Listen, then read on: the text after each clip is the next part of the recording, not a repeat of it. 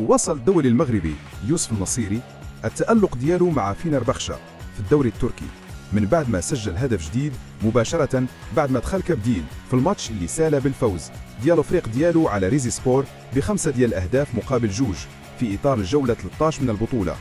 واحتاج النصيري غير 3 دقائق من بعد ما دخل في الدقيقة 75 باش يهز الشباك من بعد ما استغل باص متقن داخل منطقة الجزاء، وهكا عطى الفريق ديالو فارق مريح وساهم بقوة في تثبيت هذه الريمونتادا اللي خلات فينربخشة يقلب التأخر ديالو ب2 للأهداف لانتصار كبير خارج الميدان.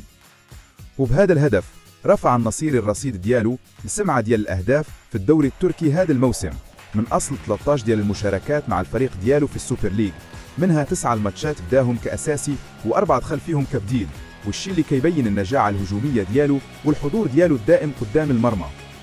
كما فينربخشة رفع الرصيد ديالو في الدوري ل 31 نقطة من 9 الانتصارات و4 التعادلات، وبقى مواصل يطارد المتصدر غلطة سراي بفارق نقطة واحدة في سباق الصدارة.